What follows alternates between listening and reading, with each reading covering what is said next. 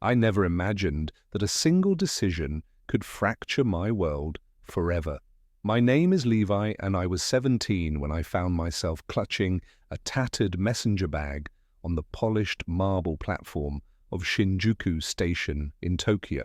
My mother, Serena Nakamura, stepped away toward the ticket gates as though she were embarking on a leisurely day trip, her tailored trench coat billowing and her heels clicking with confident rhythm. She didn't look back once, not at the son she'd given the world, but had evidently decided she no longer needed. I froze as the roar of arriving trains swallowed me. Commuters in sleek business attire flowed past, heads bowed to their glowing screens, completely oblivious to the boy standing alone. My heart pounded so fiercely I thought I might collapse onto the platform. The bright overhead lights and screens flashing neon advertisements mocked my despair. Serena had won a coveted guest spot on a major news broadcast, and she'd whisked me here under the pretense of spending quality time before whisking off to interview a visiting diplomat. Instead, she abandoned me like a disposable camera left on a bench. My breaths came in rapid bursts. I fingered the strap of my bag. Inside, my only possessions, a faded photograph of my father, a handful of coins, and 2 notebooks filled with my scribbled poetry. I had precisely 23 yen left in my pocket. No ticket home, no plan, no mother. I closed my eyes and remembered the voice I hadn't heard in years, the one she denounced as weak and undesirable, my father's. He had vanished from our lives when I was a toddler. Serena claimed he was a failed entrepreneur who fled his responsibilities, that he never cared for either of us. I had internalized her words, believing that my father had abandoned me for good. But as the station's loudspeaker crackled to life, announcing the next departure, I felt an urgent flicker of defiance. I would find him.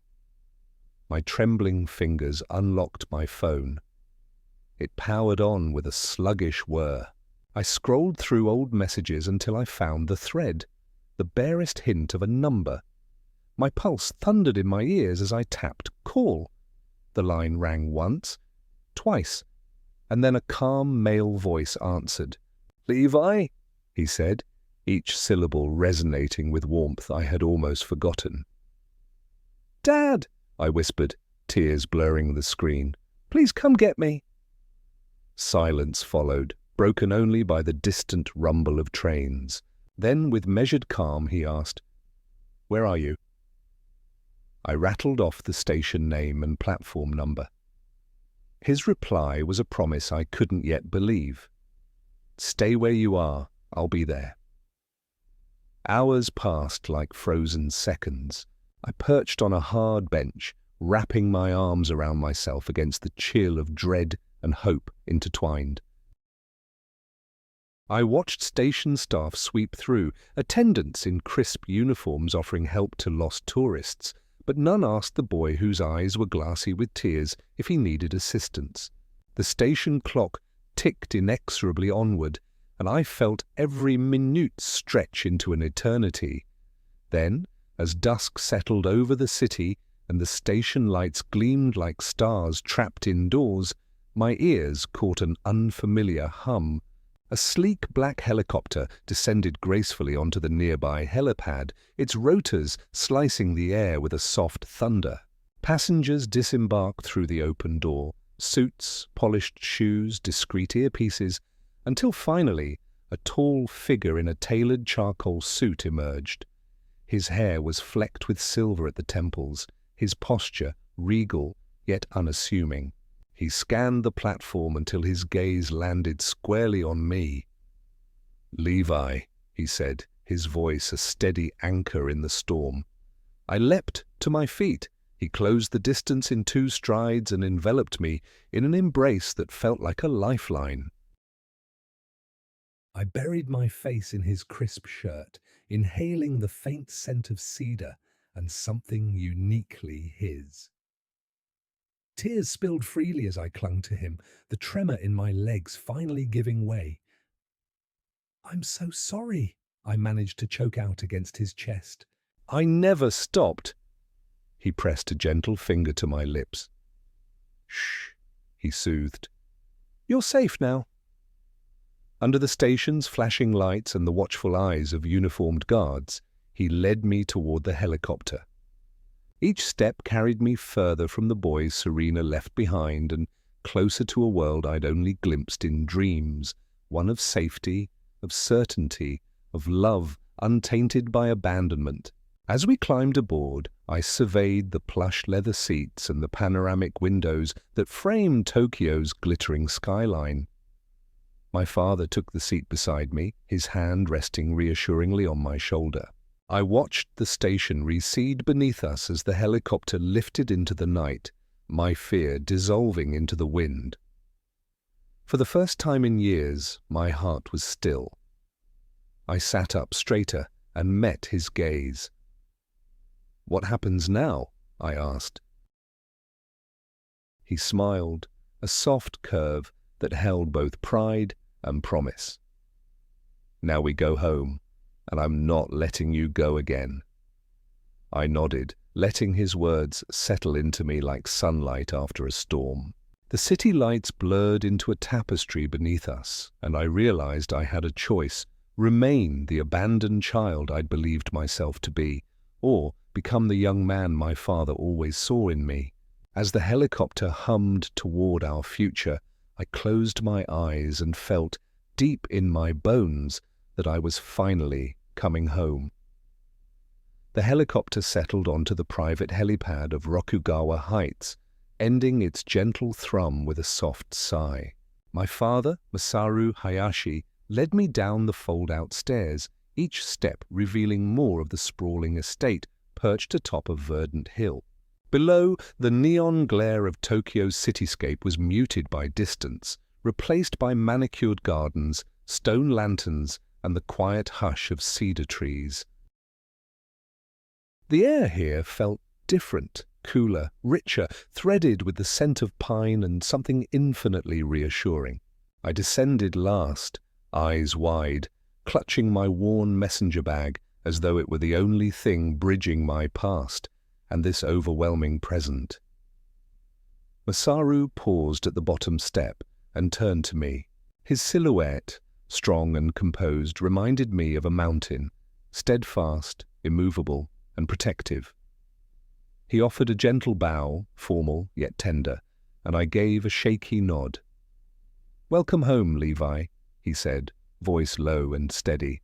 "This is your sanctuary now." A black-suited attendant approached, head bowed. "Sir, Master Hayashi, I have arranged hot green tea and mochi for Master Levi in the drawing room, as you requested." The attendant's tone was crisp, respectful, an undercurrent of genuine warmth flickering behind disciplined courtesy. It struck me then that this world was governed by honor as much as by power. Masaru inclined his head. "Thank you, Hiroshi." He turned back to me.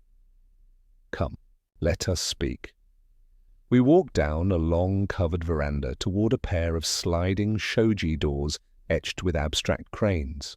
Inside the drawing room was a serene tableau, tatami mats, low lacquered tables, and paper lanterns diffusing a mellow amber light. A small alcove displayed a simple ikebana arrangement, white chrysanthemums and sprigs of cedar, reflecting his understated taste. In one corner, a low bookshelf held a handful of leather-bound volumes, philosophy, poetry, and a single dog-eared family photo album. I followed him to a corner seat cushioned in indigo brocade. Hiroshi knelt before us, placing a tray with steaming tea and delicately wrapped sweets. Every gesture was precise, respectful, but for me, it all felt astonishingly personal, as though these rituals were crafted to soothe the heart rather than merely uphold protocol. Masaru gestured toward the tea. "Drink! It will calm your nerves." I lifted the porcelain cup and inhaled the fragrant steam. Sipping, I felt warmth unfurl in my chest. My body relaxed for the first time since waking on that platform. Hiroshi withdrew politely, leaving us alone. Masaru studied me with those deep brown eyes. "You must be hungry." I managed a small nod. I didn't eat much in the station." My voice trembled with shame. He offered a half smile. Understandable. He reached into his inner coat pocket and produced an embossed invitation, an acorn brown card with gold lettering. It read, "Welcome, Levi Hayashi. Dinner at the Kogane Pavilion, 7 o'clock. "Tonight," he said, "I have arranged a meal beside the koi pond. It will be just us and the sound of water. You can choose anything on the menu." His calm assurance settled like a blanket. I blinked, hardly able to form words. "But He held up a hand gently. "I wish only to give you the comforts you were denied. You earned them simply by being my son. No apologies necessary." I swallowed. "Thank you." The tremor in my throat betrayed how overwhelming this generosity felt. My past taught me to shrink, never to trust such kindness. Yet here, across the low table, Masaru's expression was free of pity. Instead, it was an open invitation to belong. He leaned forward. "Levi, I have already begun preparations to ensure your well-being. I have spoken with the headmaster of Sakura International Academy. Your enrollment is secured. You will have tutors to help you catch up. You will live here in comfort. And I have instructed our legal counsel to begin the process of severing any financial ties your mother might claim. She will not, cannot reach you again, not even in court." At the mention of Serena, a jagged ache cut through me. I clenched my fists until my nails bit into my palms to keep the tears from tasting my tongue. I whispered, "She can't get me back." He inclined his head. "Number I have the necessary documents and testimony. She will lose any maintenance claims. Your trust fund is protected." He paused, letting the finality of his words sink in. "You are mine to protect now, and I will not fail you again." A gentle breeze drifted in through the lattice window panels, carrying the scent of night-blooming jasmine. I closed my eyes, letting the simple beauty of this moment embed itself in my memory. My father's steady presence, the soft glow of lantern light, the distant murmur of a hidden waterfall. I realized I was beginning to trust, truly trust, for the first time in my life. I opened my eyes to find him watching me with a kind, curious tilt of his head. "How do you feel, Levi?" I set down the cup, meeting his gaze at last. My voice was quiet, but certain. "I feel safe." He smiled as though that single word fulfilled every hope he'd carried for me over years of absence. "Then tomorrow, we begin anew. You will learn what it means to be cherished. And one day, when you are ready, you will decide what kind of man you wish to become." I nodded, the weight of past abandonment dissolving in the promise of a future I dared to imagine. "I want that." He reached across the table and squeezed my hand, an unspoken vow passing between us. In that tranquil room, beneath the watchful cranes of the shoji screens, I understood that I was no longer the lost boy of Shinjuku Station. I was my father's son, reborn, unafraid, ready to step into the life he had secured for me. Morning light filtered through the paper windows of my new bedroom, painting the tatami mats in soft gold. I blinked awake to the distant chime of a temple bell, its deep tone resonating across the hillside like a heartbeat. I lay still for a moment, breathing in the quiet serenity of Rokugawa Heights, so unlike the sterile hum of Shinjuku Station or the stale fluorescent glow of the airport terminal where my abandonment first felt real. For the first time in as many years as I could count, I did not wake with a knot of dread in my chest. Instead, I felt a gentle flutter of anticipation, as though my heart was stretching after a long slumber. I swung my legs over the edge of the low futon and sat up, my bare feet brushing against the cool straw of the tatami. A lacquered tray stood by the alcove, a porcelain teacup, a small plate of pickled plums, and a lacquer bowl of steaming rice topped with toasted sesame seeds. Everything was arranged with quiet precision, the craftsmanship of centuries reflected in every curve and lacquer sheen. I realized I was trembling, partly from the remnants of sleep, partly from the thrill of beginning a new day in a world that felt entirely my own. After breakfast, I dressed in the uniform Masaru had selected for me. Crisp white shirt, navy blazer embroidered with the school's emblem, and tidy grey trousers. The fabric felt unfamiliar but dignified, like armor woven from possibility and promise. I glanced at my reflection in the low dressing mirror, my dark hair slightly tousled, my eyes clear and alert, and a faint line of uncertainty on my brow. I smoothed my blazer shoulders, determined to face this day without flinching. At precisely 8 o'clock, Hiroshi appeared at my door. He bowed, a gentle rustle of fabric confirming his readiness. "Master Levi, the sedan awaits. Your father will meet you at the school entrance." I nodded, heart pounding as I followed him out into the cool morning air. The driveway snaked down the hillside, flanked by stone lanterns and sculpted bonsai. At the bottom, a sleek black sedan idled, its engine purring like a contented cat. I paused beside the car, taking in the sight of my father standing at the edge of the road, his charcoal suit impeccable, his posture relaxed but alert. He offered a warm smile the moment our eyes met. "Ready?"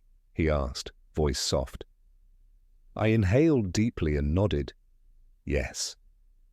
He placed a reassuring hand on my shoulder. "Remember, Levi, everyone here cares about your future. Trust them as you trust me." His words settled over me like a protective cloak. I climbed into the back seat, and he joined me moments later. The car glided onto the main road, weaving through emerald hills before emerging onto the bustling avenue leading to Sakura International Academy. As we neared the tall iron gates adorned with a bronze phoenix crest, I felt a flutter of nerves again. A cluster of students gathered on the sidewalk, some in conversation, others scrolling smartphones, a few tossing frisbees to pass the time. They seemed oblivious to us as we pulled up, but when the driver opened my door, heads turned.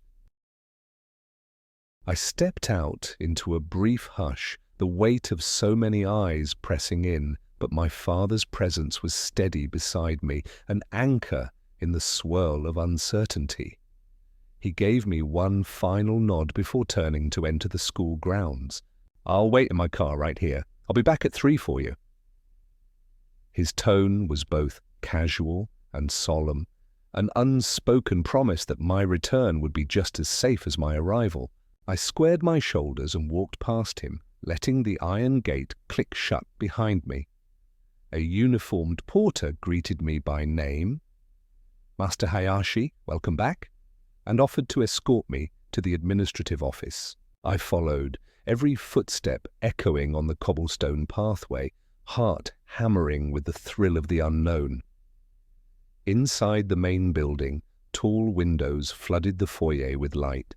Portraits of distinguished alumni lined the walls, diplomats, scholars, artists, men and women who had walked these halls and gone on to shape the world.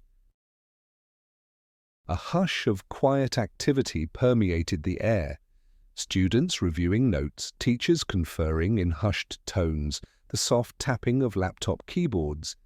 It felt majestic, almost sacred, and I found myself both intimidated and exhilarated. The porter led me to a polished mahogany desk where the head of admissions, Mrs. Akiko Sato, awaited. She was a petite woman with sharp eyes, softened by a genuine, welcoming smile. "Levi, we have your schedule prepared. Languages first period, mathematics second, then physical education, followed by lunch and literature. Your tutor, Ms. Minami, will meet you in the library at 10:30. Your homeroom teacher, Mr. Park, looks forward to introducing you to the class at 11. I nodded, scanning the printed schedule. Everything was laid out as though my integration into this community had been anticipated long before I arrived. "Thank you," I said, voice steady. She handed me a name tag embroidered in silver thread and a sleek black laptop, my own for the term, fully configured. "If you need anything at all, Levi, please don't hesitate to ask." Her warmth felt genuine, as though she spoke not out of obligation, but from a true desire to help me succeed. I thanked her again and left, clutching my schedule and laptop to my chest. My first class, Japanese literature, beckoned, but before I could move, a familiar voice called out, "Leafy!" I turned to see a tall boy with sandy blonde hair and a wide grin jogging toward me. He wore the same uniform but loosened at the collar, exuding effortless confidence. "You must be the new guy," he said, extending a hand. "I'm Kai Tanaka. Welcome to Sakura." His handshake was firm, his eyes friendly. Relief flooded me, an unexpected spark of connection. "I'm Levi," I replied, shaking his hand. "Nice to meet you." He gestured down the hallway. "Come on, I'll show you to your first period. Don't worry, this place isn't as scary as it looks." As we walked toward room 204, Kai chatted about the best clubs, the Poetry Society, where to get the crispiest takoyaki at lunchtime. His easy confidence and genuine friendliness began to dissolve my reservations. I realized that at 17 I was gifted a second chance, not just at family but at belonging. When the bell rang and the classroom doors opened, I felt a surge of gratitude for the father who rescued me and for the new world unfolding before me. Each step, each introduction, each friendly greeting wove a tapestry of hope I had scarcely dared to dream possible. Today was only the beginning, but already I sensed that this chapter of my life, written on the slate of Sakura International Academy, would be one of transformation, healing, and the forging of a future defined not by abandonment, but by possibility. The midday sun filtered through the tall windows of Sakura International Academy's library, illuminating dust motes that danced in lazy spirals. I entered the hushed room, heart pounding with a mixture of excitement and trepidation. Shelves of leather-bound volumes rose like silent sentinels, and students furled in corners behind open books or tapped quietly on laptops. At a polished oak table by the back wall, a poised young woman waited, her posture straight and intent. "Levi Hayashi?" she asked, voice soft but confident. Her nameplate read, "Ms. Emiko Minami, Academic Tutor." She offered a brief, respectful bow. I nodded and slid into the seat opposite her, careful to keep my messenger bag on the floor beside me. "Good morning," she began, opening her notebook.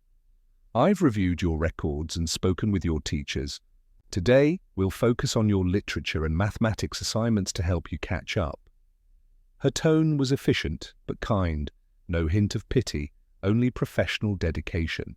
She pushed a stack of papers toward me, annotated essays, practice problem sets, and a personalized reading schedule.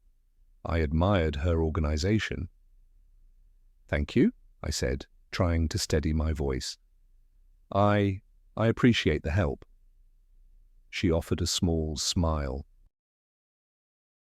"You're not behind because you lack ability. Life circumstances intervened.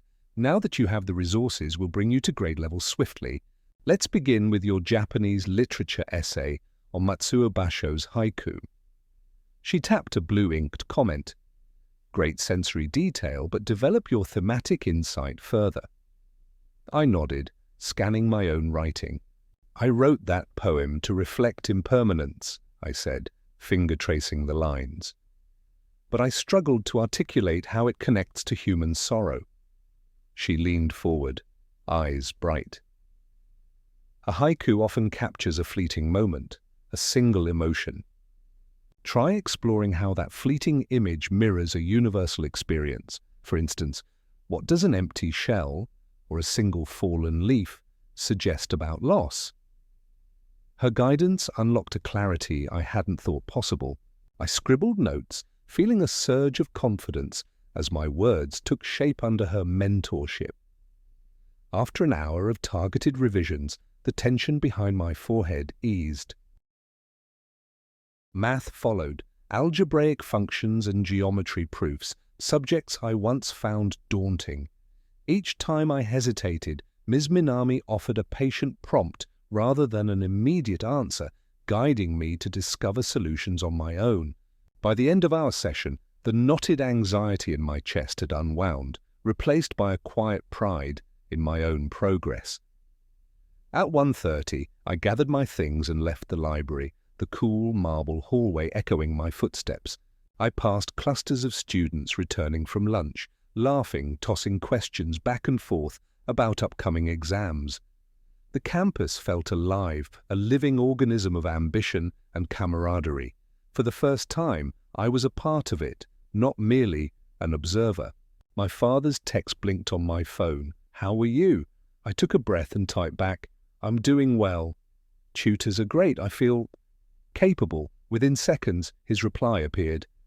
"Excellent. I'll see you at home later. Proud of you." A warmth flooded me. His pride was a steady flame, nourishing my own self-belief. In afternoon literature, Mr. Park assigned a group discussion on Shakespeare's Hamlet. I sat beside Kai, who winked and whispered, "You'll be great," before the class settled. When the time came to speak, I drew on the morning's work. Hamlet's soliloquy grapples with existential dread, much like haiku confronts impermanence. Both use concise imagery to expose deep emotion. The room fell silent, then erupted in nods and questions. Even Mr. Park offered an approving smile. My cheeks warmed, but I felt anchored rather than exposed. After school, Kai and I strolled through the campus gardens, vibrant with cherry blossom petals drifting in the breeze. He pointed out hidden stone lanterns and koi ponds I hadn't yet noticed. "There's a Zen garden over there," he said, nodding toward a secluded courtyard. "It's perfect for clearing your head." I followed him along a winding path lined with bamboo until we reached a raked gravel expanse dotted with mossy stones. I knelt to run my fingers through the fine white gravel, leaving behind neat patterns. The quiet here was profound, broken only by the whisper of wind through bamboo leaves. I closed my eyes and felt the stress of abandonment, airport chaos, and academic anxiety melt away. In its place, a stillness grew like the calm after a storm, gentle but resolute. Kai's voice pulled me back. "You okay?" I opened my eyes to find his genuine concern. "Yeah," I said, rising to my feet. "For the first time in a long time." He grinned. "That's what Sakura does." He nudged me playfully. "Want to join the photography club? We're planning a shoot under the blossoms tomorrow." I hesitated, then nodded. "Sure, why not?" He threw an arm around my shoulder. "Welcome to the team." As dusk settled, I returned to the driveway where my father's sedan waited. He greeted me with a proud nod, and we shared a quiet ride home through streets cloaked in twilight. I gazed at the neon reflections in puddles on the asphalt, the everyday bustle of evening commuters passing by, and realized I had reclaimed more than my future.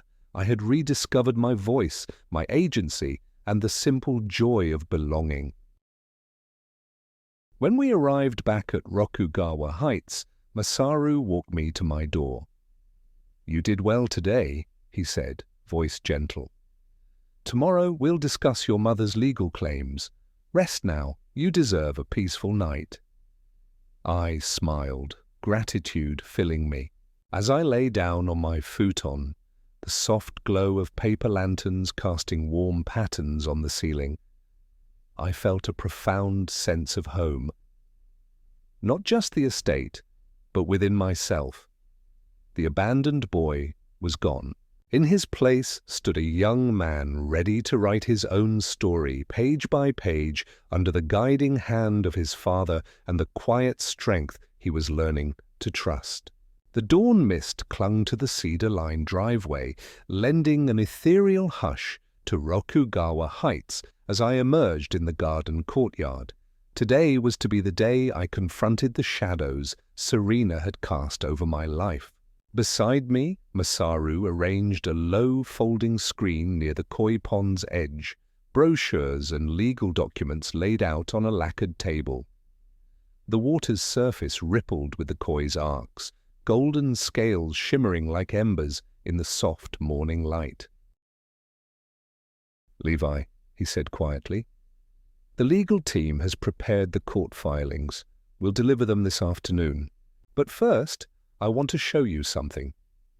His tone was gentle, the same calm reassurance that had carried me from Shinjuku Station into his arms.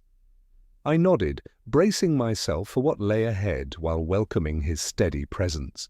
He led me along a mossy stone path to a hidden tea house overlooking the pond. Sliding open the shoji door, I stepped into a room where time itself seemed to pause. A low table held 2 cups of matcha tea, its surface frothy and jade green. Intricate wood carvings adorn the walls, windswept bamboo, soaring cranes, and a single line of calligraphy. "Strength and compassion are one."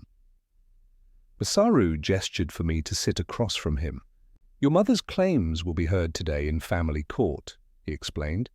"She's contesting the annulment of spousal support and the trust fund restrictions.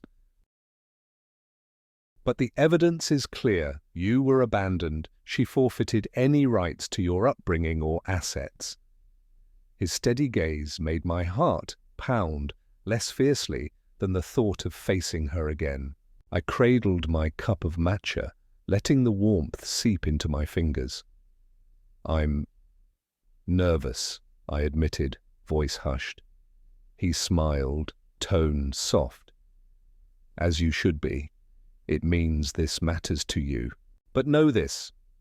I've ensured every document, every affidavit, leaves no room for doubt. You focus on being yourself in court. I'll handle the rest." He paused, reaching across the table to place his hand over mine. His skin was warm, grounding. "You have nothing to apologize for."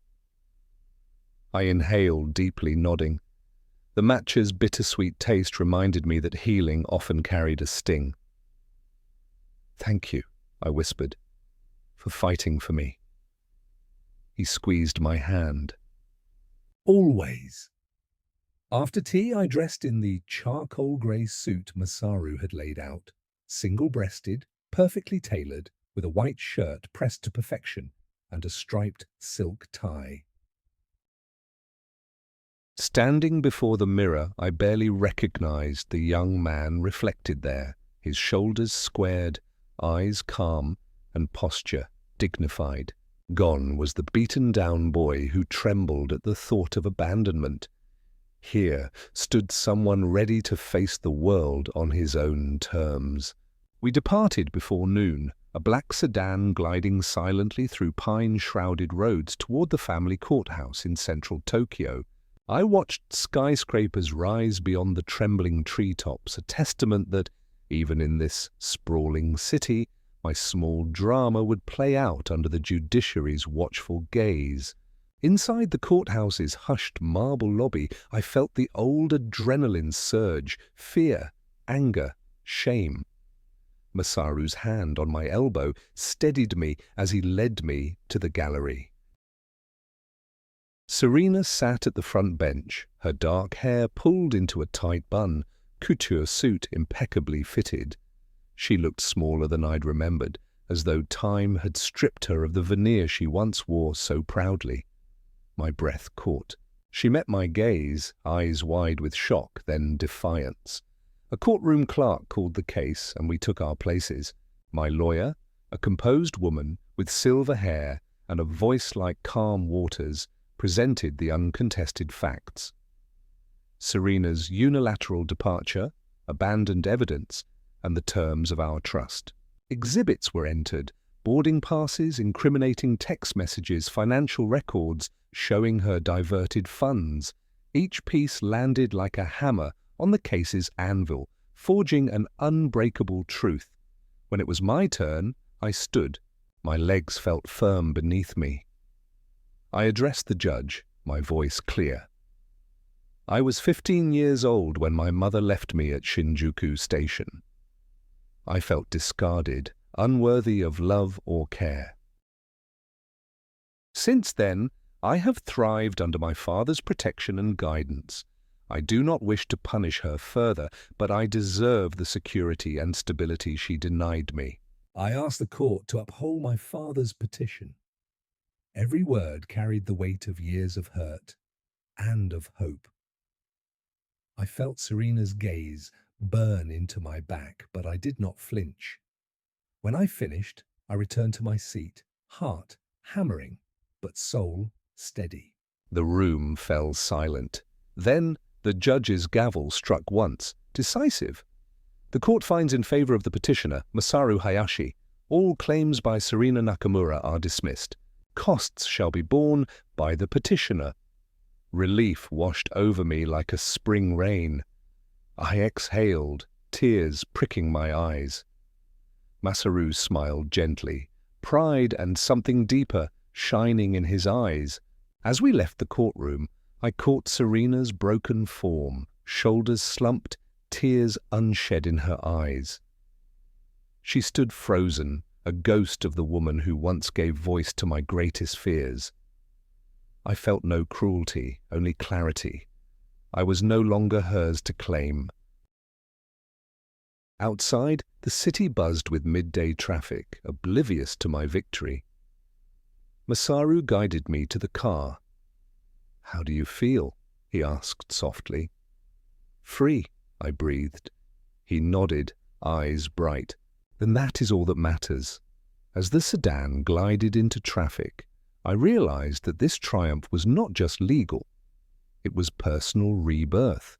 I was no longer the abandoned boy of Shinjuku Station, but a young man with agency, love, and a future secured by the unwavering strength of my father's devotion. The city passed us by, but I knew I was headed toward a horizon of my own making, untethered, unyielding, and utterly free. The next morning, sunlight filtered through the shoji screens of my bedroom at Rokugawa Heights, painting shifting patterns on the tatami mats. Despite the late hour of yesterday's courthouse victory, I awoke before dawn, mind buzzing with possibilities rather than dread. For the first time, a sense of genuine curiosity stirred in me about the life unfolding before me, its routines, relationships, and small wonders. After a light breakfast of grilled fish, steamed rice, and miso soup prepared by our house chef, I found Masaru in his study, reviewing reports. He looked up as I entered, eyes warm with concern and pride. "Sleep well?" he asked. I nodded, settling into the seat opposite his desk. I did, really well. I hesitated, unsure how to articulate the magnitude of my relief. "Thank you for everything, Dad, for fighting for me and for giving me a chance to live a proper life." He leaned back, folding his hands. "You earned every bit of it, Levi, but today I'd like us to step away from legal matters and schoolwork. There's something I think you should experience." His lips curved in a rare smile, the one that hinted at adventure rather than protocol. Curiosity piqued, I followed him through the house and into the garage, where a black EV sedan waited alongside a sleek electric motorbike. He retrieved a matte black helmet and handed it to me. "Ride with me to the coast," he announced. "There's a place I want to show you, one that holds meaning for our family." I slid on the helmet, my heart pounding with excitement and a flicker of nerves. Motorbikes had always seemed thrilling yet perilous, but his calm confidence was contagious. We mounted the bike, my father in front, me behind, and at a press of a button, the engine purred to life. We exited the estate gates into the pre-dawn hush of winding mountain roads. The air was cool and sharp in my lungs as we accelerated, the world a blur of cedars and stone lanterns at first, then rice paddies and small fishing hamlets. Dawn's pale glow touched the horizon as we descended toward Sagami Bay. I felt a rare exhilaration, the kind that comes from trusting someone with your safety and anticipating a discovery. After an hour's ride, we reached a secluded cove where waves lapped against craggy rocks. A single wooden pier stretched into the water. Masaru shut off the engine and removed his helmet, then lifted mine off my head. The wind carried the brine of the sea and the cries of distant seabirds. He led me down the pier. At the end stood a weathered bench carved with initials and dates. I traced the letters MH and another set of initials, older, worn smooth by sun and salt. He sat and gestured for me to join him. I obeyed, the wooden plank cool against my jeans. "This is where your grandfather and I used to come," he said quietly. "He taught me how to fish, how to read the tides, and how to find stillness in life's storms. He believed that moments like this remind us who we are at our core, children of nature and time." His gaze drifted out over the water. "I wanted you to know that you're part of something larger than any courtroom or school. You have roots that run deep, beyond pain and conflict." I stared at the horizon, where the sky met the sea in a seamless line. The memory of abandonment and the armored cocoon of empowerment both felt distant here. A single thought emerged. "I understand. This place, it feels like home in a new way." He nodded, a proud glimmer in his eyes. "Good, because life will offer storms and they'll test your resolve. But when you feel lost, remember this moment, the hush of dawn, the embrace of wind and water. Remember who you are, my son, the heir to our family's legacy of strength and compassion." The gentle surf's rhythm seemed to affirm his words. I closed my eyes and let the sound wash over me, cementing the promise of belonging. When I opened them again, I felt a quiet determination solidify inside me. He rose and gestured for me to stand as well. Behind us, a small fishing boat bobbed on the waves, its hull painted a deep indigo. "Shall we?" he asked, voice warm. He led me back to the bike, where he handed me a small wooden box tied with twine. "Your grandfather left this for you," he explained. "Inside you'll find his enamel fishing lure and a note.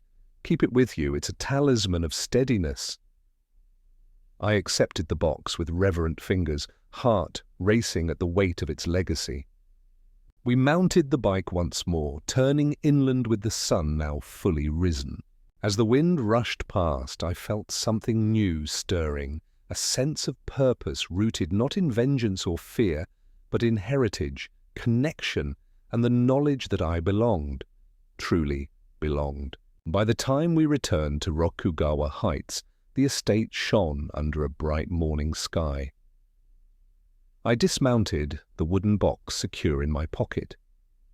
My father removed his helmet and ruffled my hair gently. "Ready for school?" he asked with a teasing grin. I laughed, a full, genuine laugh that echoed across the driveway. "Absolutely." He nodded, satisfaction evident in his posture. "Then go. And remember, everything you do today builds on who you are, not who you were." I climbed into the waiting sedan, excitement churning within me. As we drove away, I held the wooden box on my lap, its promise of legacy and strength resonating like the first chords of a song I was only just beginning to learn. And in that moment, I knew that no matter where life carried me, through triumphs or tribulations, I would carry my family's faith in me, unwavering, like the steady pulse of the sea against the shore. The following dawn found me roused by the gentle trill of my phone, an early morning reminder from Kai Tanaka about today's photography club outing beneath the cherry blossoms at the Northern Garden. I dressed quickly in casual attire, a soft grey sweater, dark jeans, and sneakers that had seen better days. After a modest breakfast of natto, rice, and miso soup, I met Masaru in the foyer. He offered me a reassuring nod and a rare, mischievous grin.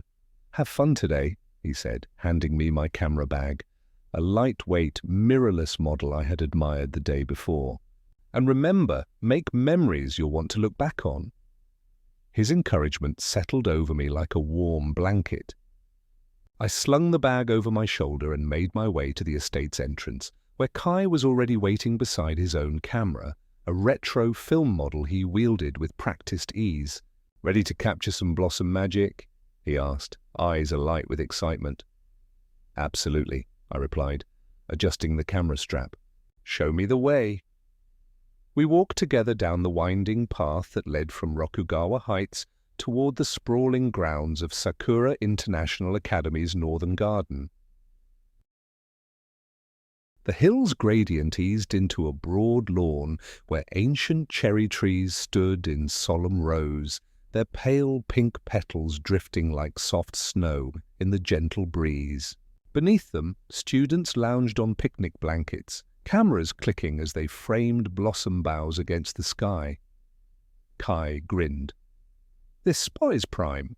Let's start with silhouette shots of the branches against the morning sun." He took his position and gestured for me to do likewise.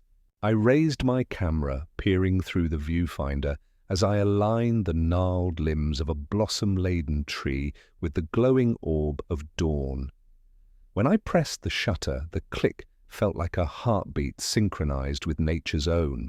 After a few minutes, Kai waved me over to a cluster of students clustered around a low, wooden bench draped with a pastel scarf.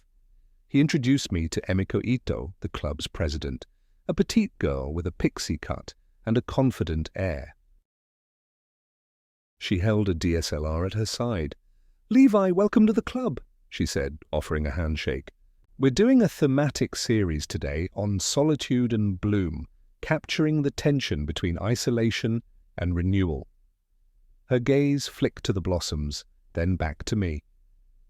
"Would you like to model for a few shots? Just simple, contemplative poses." My heart skipped, but I nodded. Kai positioned me on the bench beneath an arching canopy of petals. Emiko adjusted her lens, instructing, "Look downward, as if you're listening to the whisper of the blossoms." I bowed my head, closing my eyes, and felt the soft rain of petals on my hair. When the shutter clicked, I imagined the image, a solitary figure framed by ephemeral blooms, embodying both isolation and the promise of rebirth. We spent the next hour experimenting with angles, overhead shots of scattered petals, close-ups of blossoms with dew-laden stamens, wide panoramas capturing the garden's full expanse. I found myself laughing with Kai and the others, sharing tips on depth of field and exposure. Each click of the shutter felt like a small triumph, a testament to the beauty hidden in transient moments. Mid-morning, Emiko gathered us beneath the largest cherry tree, its trunk gnarled with age. She produced a single sheet of translucent rice paper, tinted pale pink. "Let's create a layered effect," she explained. "Hold the paper in front of the lens and focus on the petals behind. It'll give a dreamlike haze." We took turns holding the sheet, marveling at the soft, ethereal glow it cast over our images. When my turn came, I watched the blossoms bleed into pastel fog through the viewfinder and felt a thrill at the fusion of technique and artistry. As noon approached, the club disbanded for lunch, inviting any member to join a picnic beneath the blossoms. I found myself alongside Kai, Emiko, and a few others.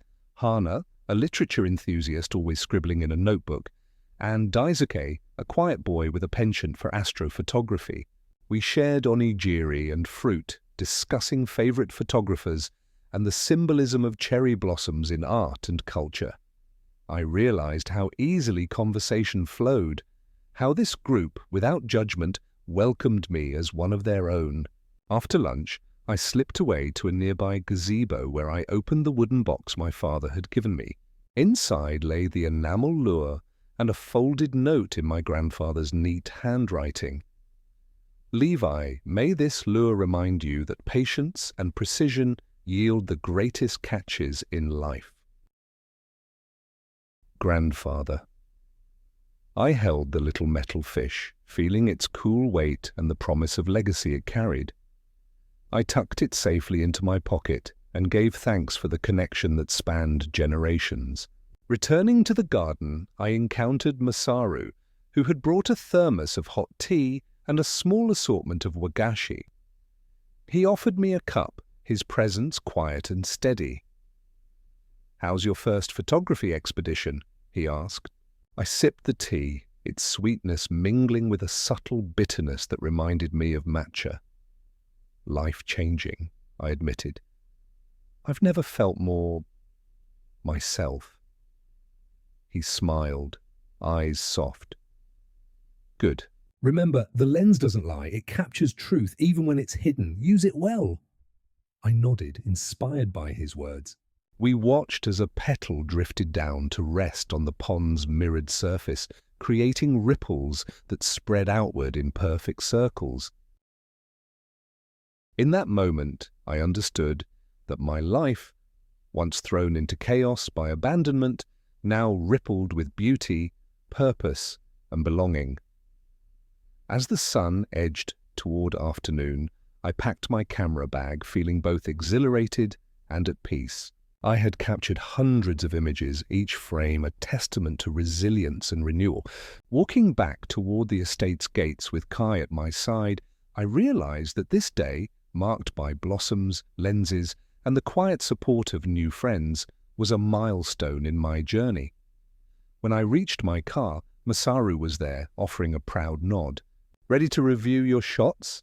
he asked. I grinned, unlocking my bag. "More than ready." Together we drove back to Rokugawa Heights, the car filled with the scent of pine and the promise of countless stories waiting to be framed.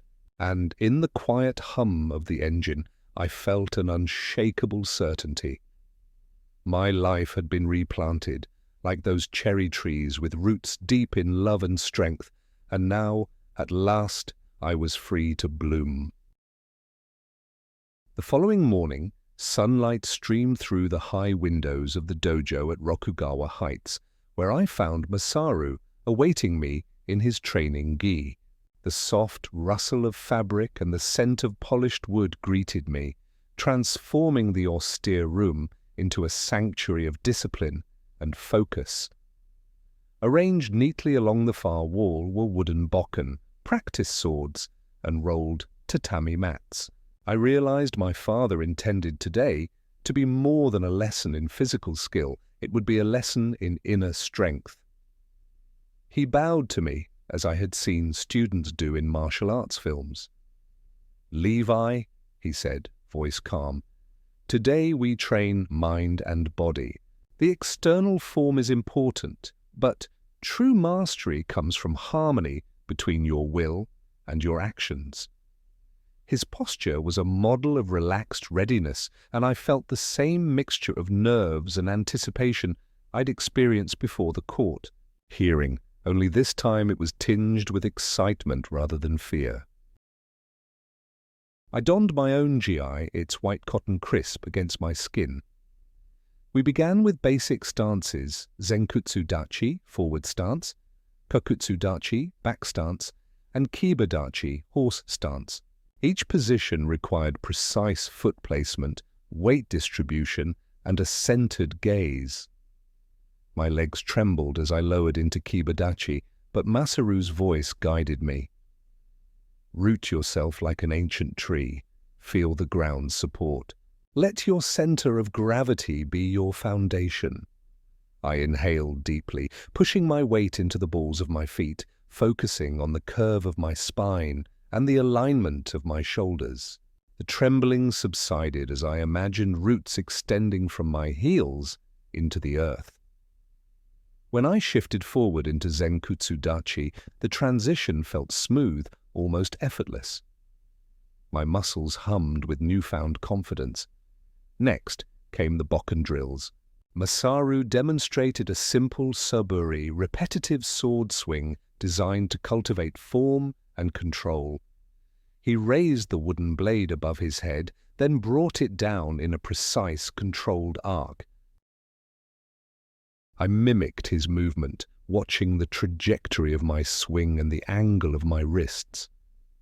Each cut required intention. Too much force would break form, too little would lack conviction.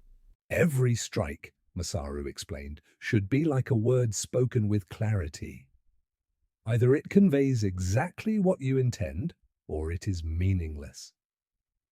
He guided my arms, adjusting my grip and stance until the swing felt balanced.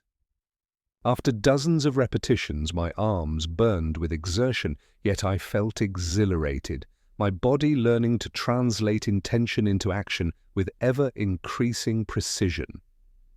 We paused for water.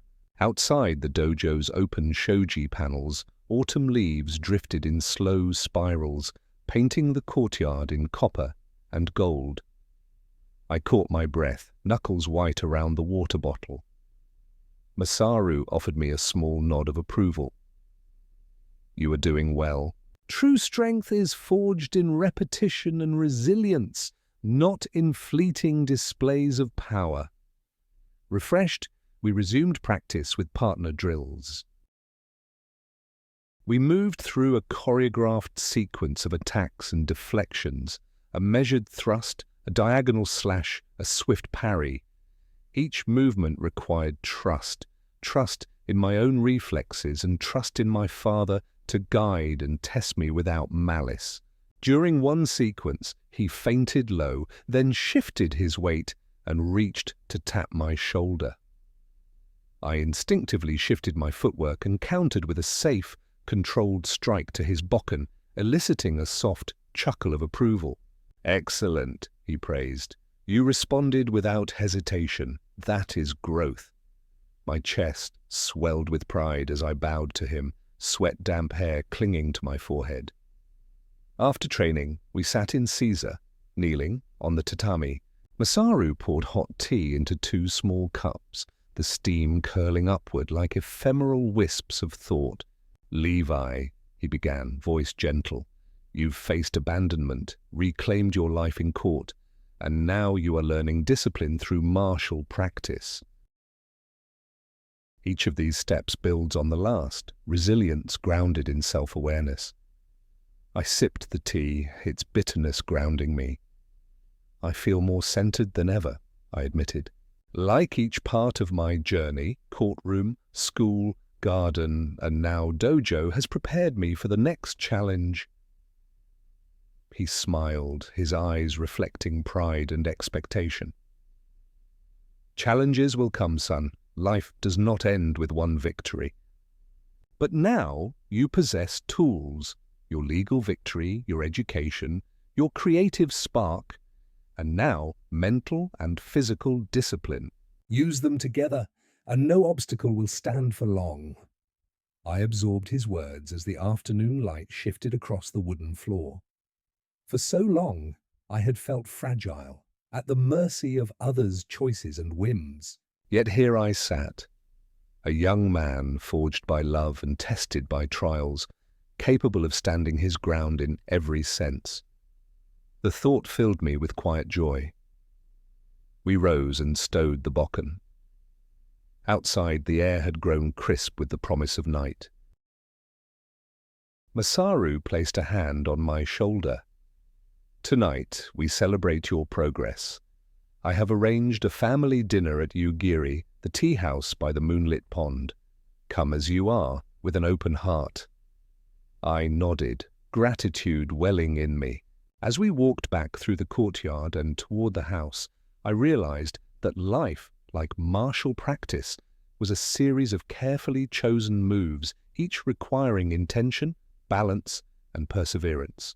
And with my father at my side, I felt ready to meet whatever came next, with strength, compassion, and the unshakable knowledge that I belonged.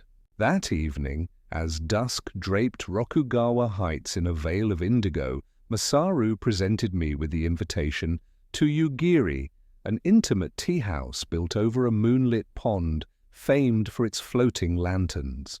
The path to the tea house wound through lantern-lit gardens, stepping stones arching over koi-filled streams, maples aflame with autumn's fire, and sculpted pines whose branches reached out like welcoming arms. I felt a thrilling mix of anticipation and reverence, as though I were crossing into a world woven from legend and light. Masaru walked beside me, his presence a steady beacon. "Tonight we honor your journey," he said softly, "and the bonds that carry us forward." He paused at the tea house entrance, a low Norin curtain embroidered with the Yugiri emblem, a delicate moon cradled by a lotus. He lifted it and led me inside. Within, the air was warm with incense and the faint strain of koto strings playing somewhere beyond the sliding screens. Soft lantern light danced over lacquered tables set with porcelain cups and ceramic dishes, each arranged with the precision of a calligrapher's stroke. Servers in muted kimono moved with grace, carrying trays heaped with seasonal delicacies, simmered matsutake mushrooms, vinegared daikon ribbons, slices of amber-hued persimmon, and glistening river fish grilled to perfection. Masaru guided me to a seat beside a low window overlooking the pond. I watched as lanterns were set adrift on the inky water, glowing like fallen stars, finding their place among the carp. The gentle ripples carried reflections of autumn foliage, petals drifting across the surface in silent farewell. My breath caught at the ethereal beauty, a reminder that each moment, however fleeting, could be sanctified by intention. A server placed a lacquered tray before me. "For Master Hayashi," she said with a respectful bow, then retreated. I lifted the lid to reveal a portion of rice garnished with golden yuzu peel, alongside a delicate morsel of simmered chestnut. I paused to inhale the scent, warm, nutty, subtly sweet, before tasting. My palate awakened, and I closed my eyes, savoring the harmony of flavors. Masaru inclined his head. "Taste the season," he said.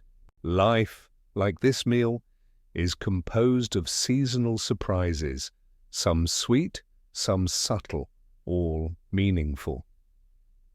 His gaze on the pond was contemplative, as though he heard secrets whispered by the lanterns.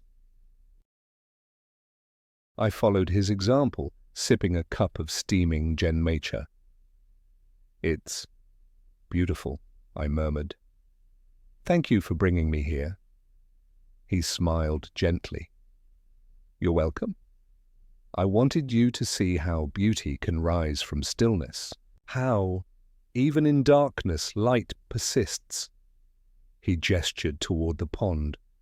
"Much like your life, abandoned once in a crowded station, you have been guided back into light, into purpose and belonging." My throat constricted. I glanced at the glowing lanterns, their tiny flames unwavering on the water's gentle pulses. I feel more alive than ever, I admitted, and more whole. He placed his hand over mine, the warmth a silent vow. You are whole, Levi. Never doubt it. We shared the meal in companionable silence, broken only by the rustle of silk and the soft plink of porcelain. Between courses, servers drifted in to refill tea and offer seasonal sweets, blooms of mochi pastel pink and pale green, shaped like chrysanthemum petals. Each sweetness felt like a benediction, a small affirmation of life's continuing grace. After the final course, a silky yuzu sorbet, Masaru leaned back, his expression turned thoughtful. There is one more thing I wish to share with you, he said. It concerns your future beyond these walls. I sat forward, curiosity alight. What is it? He retrieved an envelope from his inner pocket and handed it to me. The seal bore our family crest, a stylized pine needle and crane. With careful fingers, I broke the wax and withdrew its contents, a formal letter on heavy cream-colored stationery. It was an offer of apprenticeship in the firm of Hayashi and Company, the family enterprise specializing in sustainable urban development. The letter outlined a program, 2 years of mentorship under senior partners, rotating through project planning, corporate governance, and community outreach, culminating in the opportunity to lead an initiative of my own design. My breath caught. Ever since I'd sat in that courtroom chair, I had dreamed of pursuing my passions without feeling unmoored by my past. Now before me lay a clear path, education, family support, and a vocation aligned with my values. This, I stammered, eyes lifting to his. This is incredible. I never imagined you would open this world to me. He inclined his head, pride shining in his gaze. You have earned every opportunity, Levi. Your resilience, your creativity, your discipline, they prove you are ready. The world needs leaders who are strong yet compassionate, just as our family has sought to be. I believe that leader is you. Tears threatened once more, but I blinked them back, swallowing the lump in my throat. I won't let you down, I promised, voice firm. He pressed my hand. You will surpass every expectation. And I will be by your side, as always. Outside, the lanterns continued their silent voyage across the moonlit pond. I watched their lights drift toward the far shore, each glow unwavering against the dark expanse. In that moment, I understood the truth of my father's words. My journey, once marked by loss, had become a testament to renewal, purpose, and enduring love. I folded the letter and tucked it into my pocket, cradling its promise close to my heart. Rising, I bowed deeply to my father, gratitude and determination radiating from my posture. As we stepped back into the night, the lantern's gentle glow followed us, a reminder that wherever I roamed, through challenges or triumphs, a light would always guide me home. The morning light filtered through the floor-to-ceiling windows of Hayashi and Company's headquarters, casting geometric patterns across the polished terrazzo floor. I rode the glass elevator up to the 42nd floor, my heart thumping with both anticipation and a quiet pride.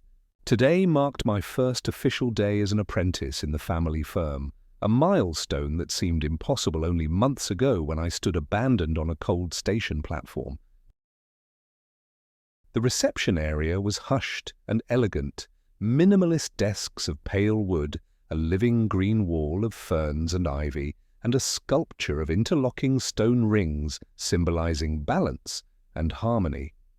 Behind a sleek counter stood Ms. Tanaka, the firm's executive assistant, whose poised efficiency I'd heard about during my orientation. She offered me a warm, professional smile when I approached. "Master Hayashi," she greeted, using my formal title.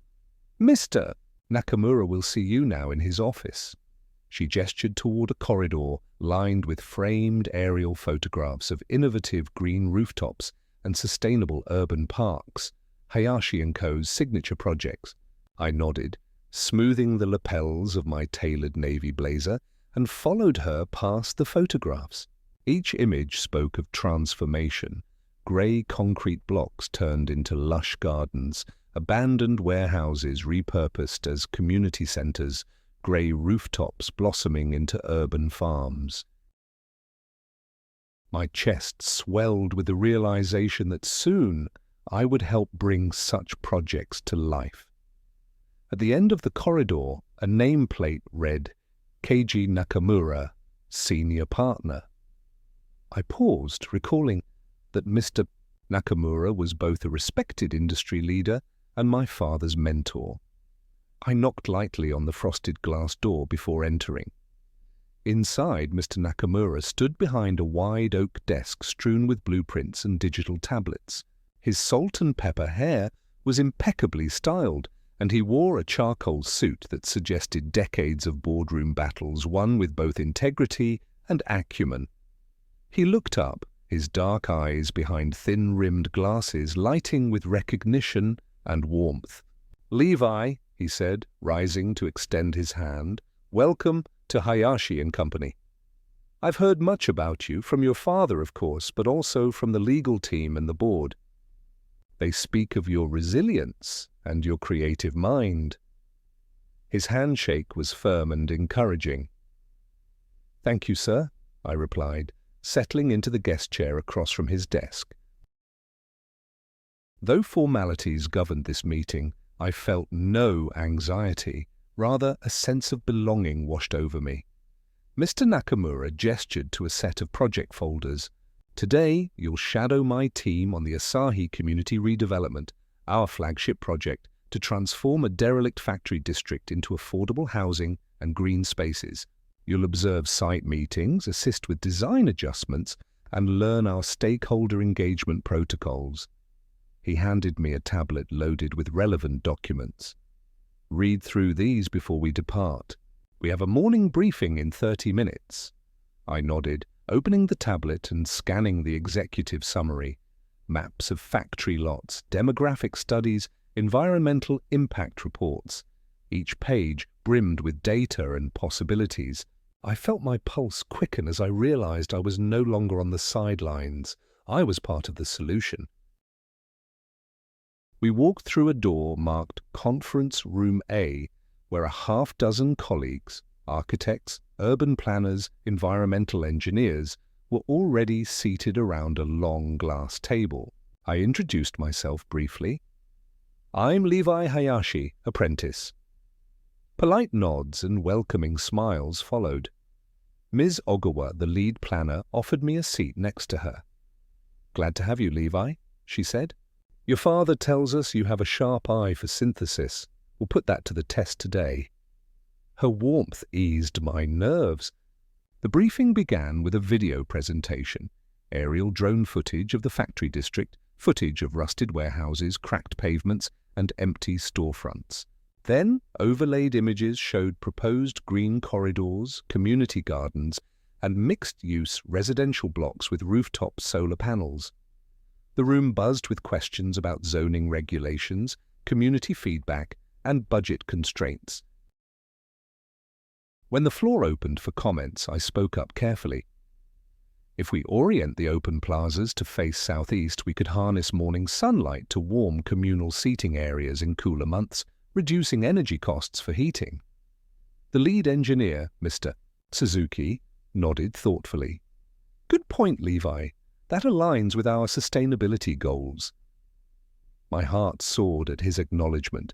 My suggestion, shaped by my morning readings, had real value. After the briefing, we piled into 2 SUVs and drove to the project site.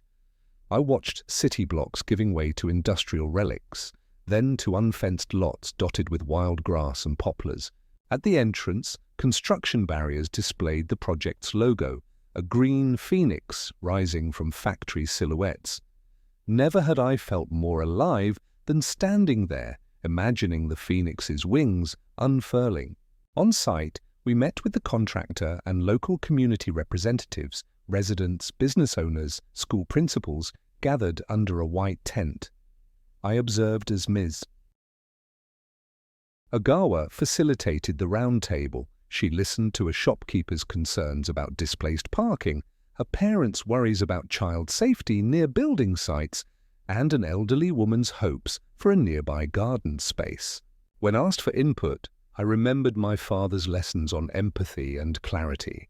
I introduced myself and said, "Our plan includes designated parking clusters to minimize disruption, and we'll install temporary walking paths with safety railings to ensure children and seniors can move freely. We also propose partnering with the local horticultural society to co-design the community garden, giving residents a direct role in its layout." The crowd murmured approval, and the contractor made notes. As the meeting concluded, the sun dipped toward the horizon. I realized I'd spent an entire day thinking, speaking, and collaborating as a professional, yet still feeling the same awe I'd felt beneath the cherry blossoms and on the dojo floor. My father's faith in me had translated into this, a tangible impact on real lives and real spaces. That evening, back at Rokugawa Heights, I reflected on my first apprenticeship day as I sat in the home library. The textbooks and legal files had given way to live dialogue, community engagement, and design innovation. I opened the wooden box from my grandfather and took out the enamel lure, gazing at its simple perfection. I realized that, like fishing, urban development required patience, precision, and an understanding of currents, whether in water or in human dynamics. When Masaru joined me with 2 cups of genmaicha, I smiled up at him. "Today was incredible," I said, voice soft with satisfaction. He sat beside me, offering a cup. "I watched your progress remotely." Reports were glowing. "You navigated every meeting with confidence and compassion." He paused. "Your journey, from abandoned boy to budding professional, embodies everything our family stands for: resilience, integrity, and service to community." I lifted my cup and met his gaze. "Thank you for giving me the chance to prove myself." He nodded, pride shining in his eyes. "And you have. This is only the beginning." As the lanterns in the study flickered to life and dusk settled across the estate, I realized that I was not merely writing my own story, but contributing to the stories of countless others, transforming spaces, lives, and, above all, the future. And in that realization, I found a purpose deeper than any I had ever known. The pale winter sun filtered through the frosted glass of the home library at Rokugawa Heights as I slipped into the plush armchair beside the crackling fireplace. The noon hour was uncommonly still, save for the soft turning of pages and the steady rhythm of the flames.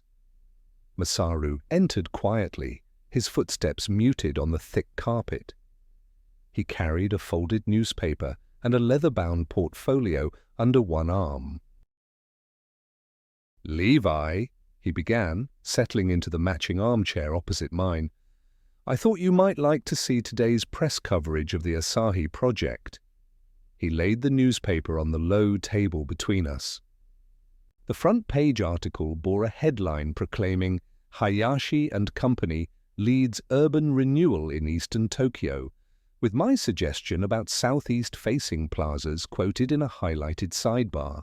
A photograph showed me speaking at the site meeting, confident and assured. I traced the letters of my name beneath the photo, pride and astonishment swelling in my chest. "I'm honored," I said softly. "But more than that, I'm grateful for the trust you and Mr. Nakamura placed in me." Masaru inclined his head, eyes gleaming. "You earned it." Today, I have another opportunity for you, one that will further broaden your experience. He opened the portfolio to reveal a color-coded map of Tokyo's waterfront district. The city council has invited Hayashi and company to consult on a sustainable festival park. It's an experimental concept, a floating promenade with eco-friendly pavilions, solar-powered lighting, and interactive exhibits about marine conservation. We've only 24 hours to prepare a conceptual presentation for tomorrow's council meeting. My pulse quickened. A rapid turnaround pitch like this would test my ability to synthesize information under pressure, exactly the kind of challenge I craved. "I'll get started right away," I replied, sliding forward in my seat. He offered me a folder of reference materials, zoning regulations, environmental impact data, budget constraints, and preliminary sketches by the design team. "Work with Ms. Ogawa and the environmental specialists. I'll connect you with the council liaison. Remember, clarity and creativity must go hand in hand." He rose and patted my shoulder before departing, leaving me alone with the roaring fire and a mountain of documents. I exhaled, rolling up my sleeves. The hush of the library felt charged with possibility. I spread the materials across the table and began to outline key objectives: maximize public access, minimize ecological footprint, and foster community engagement. I sketched rough site plans showing floating platforms linked by translucent walkways, clusters of solar canopies shaped like sails, and interactive tide pools for educational outreach. An hour later, I retreated to my office, a glass-walled study perched above the gardens, and convened a virtual meeting with the lead architect, Kano, the marine biologist, Dr. Fujimoto, and Ms. Ogawa. Each greeted me with warm enthusiasm, their screens glowing against the twilight outside. "Levi, your initial sketches look promising," Kano said, adjusting his headset. "But we need to consider wave action and mooring stability. Otherwise, the promenade will sway dangerously." I nodded, rapidly annotating my drawings. "Understood. We'll incorporate anchored buoy systems and adjustable gangways to accommodate tidal shifts." Dr. Fujimoto added, "And the tide pools must have controlled inflow and outflow valves to protect marine life." Visitors can observe starfish and hermit crabs without disrupting their habitat. I integrated her note into the site plan, drawing small gated enclosures at strategic intervals. Ms. Ogawa chimed in.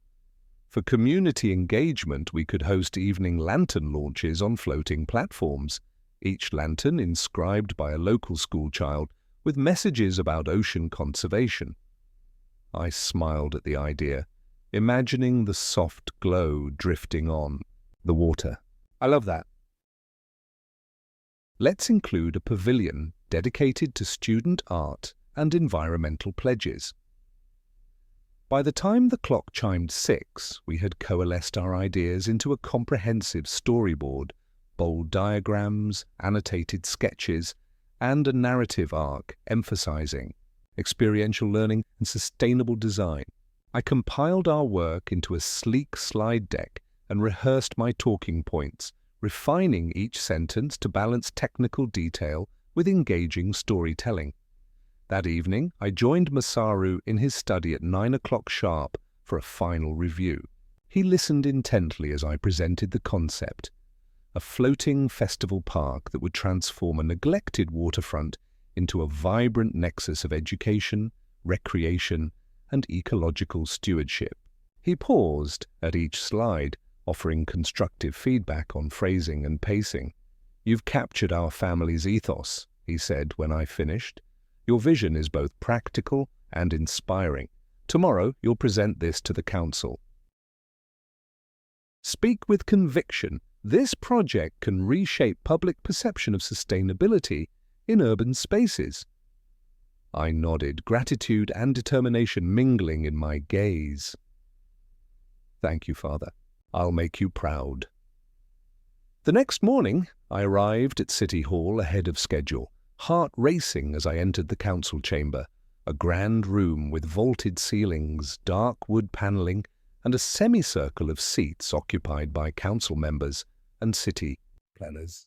At the front, the mayor's dais rose, backed by a panoramic window overlooking the harbour. Masaru had arranged for me to present first. As I stepped to the podium, I felt the familiar rush of nerves transform into focused energy. I looked out at the expectant faces, some skeptical, some curious, and took a deep breath. "Good morning," I began, projecting my voice across the chamber. "My name is Levi Hayashi, apprentice at Hayashi and Company. Today, I'm honored to present our vision for the Tokyo Waterfront Festival Park, a floating promenade designed to celebrate and protect our marine environment." I guided them through the slides, the moored platforms, solar sail canopies, interactive tide pools and community lantern pavilions. With each image, I emphasized accessibility, education, and ecological harmony. I shared technical details, anchoring systems, water quality monitoring, renewable energy integration, then transitioned to experiential elements, art installations, live demonstrations, and student-led research pods. When I concluded, the chamber was silent for a heartbeat, then erupted in applause. The mayor, a dignified woman with silver hair, leaned forward. "Mr. Hayashi, your proposal is visionary." It melds functionality with community spirit and environmental stewardship. The council will vote on funding next week, but I foresee unanimous support. Relief and excitement flooded me. I nodded, heart soaring. "Thank you." We look forward to bringing this vision to life with the city's partnership. As I stepped away from the podium, council members approached with questions and compliments. I answered each with clarity and gratitude, buoyed by the knowledge that my ideas had captivated civic leaders. Later, Masaru greeted me in the lobby, pride shining in his eyes. "You were brilliant," he said, enveloping me in a brief hug. "You've not only represented our firm, but also the ideals I've hoped to instill in you." I exhaled, the tension of the past 24 hours melting away. "I couldn't have done it without your support and the team's collaboration." He smiled, tapping his temple. "And your own resilience and creativity." "Now let's celebrate." He led me to a nearby cafe overlooking the harbour, where we toasted with matcha lattes as sunlight danced on the water. In that moment, I realized that my journey from the abandoned boy at Shinjuku Station to the young man poised to shape Tokyo's skyline had come full circle. I had found not only a home, but also a purpose to build, to protect, and to guide others toward a future defined by compassion and innovation. And with my father's unwavering belief, I knew this was only the beginning. The next morning, a brisk breeze carried the scent of pine and sea salt as I stepped onto the veranda of Rokugawa Heights. Winter's breath had kissed the garden leaves with frost, turning the world into a silvery tableau. I wrapped my scarf more tightly and descended the stone steps, heading toward the estate's private library. Today, I would begin my first independent community outreach, visiting the as-yet-empty Asahi redevelopment site to meet with local youth and introduce their role in shaping their neighborhood's future. Masaru joined me at the foot of the stairs, offering a thermos of hot barley tea. "Dress warmly," he advised, "and speak from the heart. These are your neighbors. You've earned their trust." His smile was encouraging, pride tempered by the solemnity of our venture. I nodded, clutching the thermos and the small stack of sketchbooks I'd prepared. Each contained excerpts of my grandfather's notes on urban harmony and a section for residence ideas and drawings. These physical touchstones would remind attendees that this project belonged to them, not merely to architects and developers. We travelled in silence to the former factory district, now fenced and under preliminary environmental remediation. The area's stark emptiness held a certain poignancy. Weathered warehouses stood like silent sentinels, their broken windows reflecting the pale sun. My breath condensed in the air as I stepped from the vehicle, boots crunching on gravel. "Welcome," I called, spotting a handful of teenagers bundled in parkas, members of the city's Youth Community Council, gathered near a portable pavilion erected by our team. Their curious eyes reflected both hope and wariness. I took a steady breath. "Good morning," I began, lowering myself to a crouch so as not to tower over them. "I'm Levi Hayashi from Hayashi and Company, and I'm here to listen. This land will transform into your homes, your parks, your gathering places. But before we build, we need your voices." I opened the first sketchbook and displayed my grandfather's note. "A city is more than steel and concrete. It is the dreams of its people." I pointed to the blank pages. "This is for you. Write, draw, or sketch the spaces you imagine." One by one, the youths approached. Aya, a bright-eyed girl with pink mittens, sketched a bicycle path winding through cherry blossoms. Hiro, who wore a threadbare hoodie, drew a skate park under a solar canopy. May, shy at first, scribbled a community amphitheatre for open mic nights. I listened as they described their visions: a garden tended by seniors, a weekend farmers market, murals reflecting the neighborhood's history. Each idea breathed life into the barren site, weaving threads of identity and belonging. As they worked, I kept my words light but sincere. "Your ideas will guide our design. We'll integrate the bike path into the green corridors, the skate park near the community center, and the amphitheater by the restored waterway. This isn't a promise, it's our commitment." I placed a gentle hand on the pavilion post. "We're not only building structures, we're building memories and opportunities for everyone." The session lasted 2 hours, but it felt like minutes. When the final sketch was tucked into the book, Aya looked up and asked, "Will we get to see the finished plans?" Her voice wavered with hope. I smiled. "Absolutely.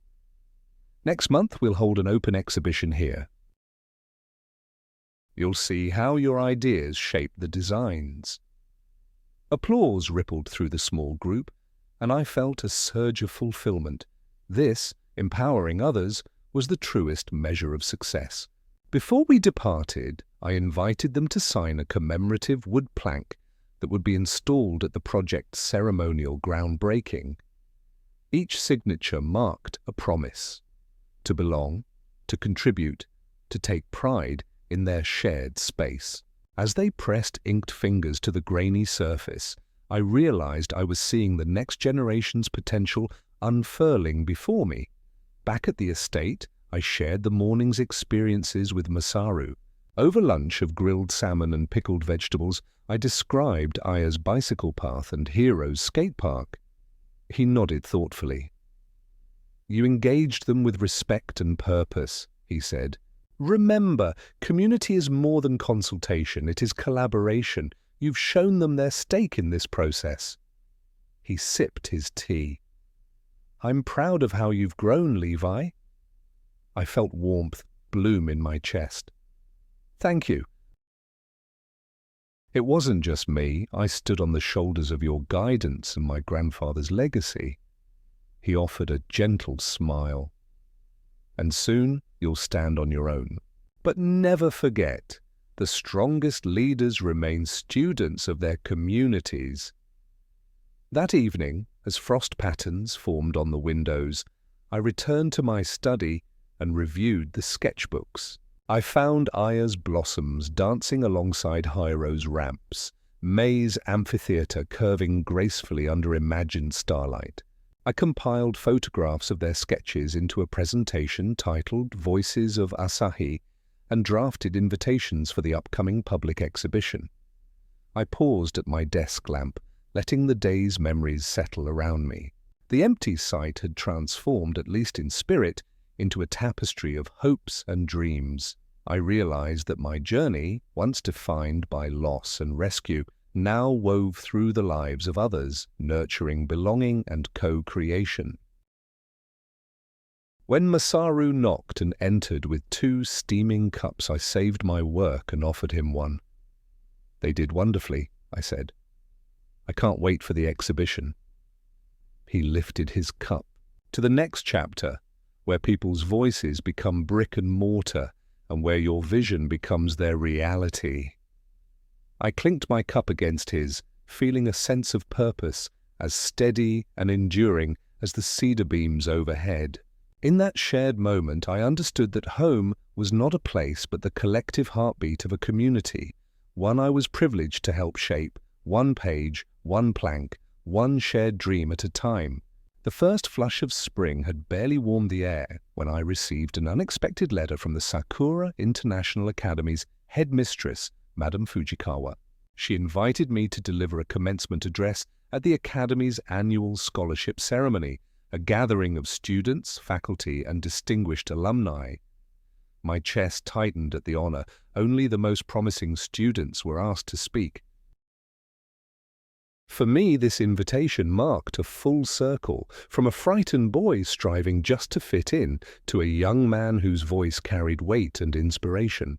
On the morning of the ceremony, I stood before the full-length mirror in my study, adjusting the silver tie pin engraved with the school emblem. My tailored charcoal suit felt noble and reassuring. As I fastened the last button, Masaru entered, wearing a proud smile that warmed me more than the gentle sunlight filtering through the shoji screens. "Today," he said, "you speak not only for yourself, but for every student who finds themselves standing at a crossroads." Remember, your story matters because it shows how we can transform hardship into purpose. I nodded, pressing a hand to my chest as if to quell the fluttering nerves. "I'll do my best." He placed a firm hand on my shoulder. "That is enough." The drive to the academy felt surreal.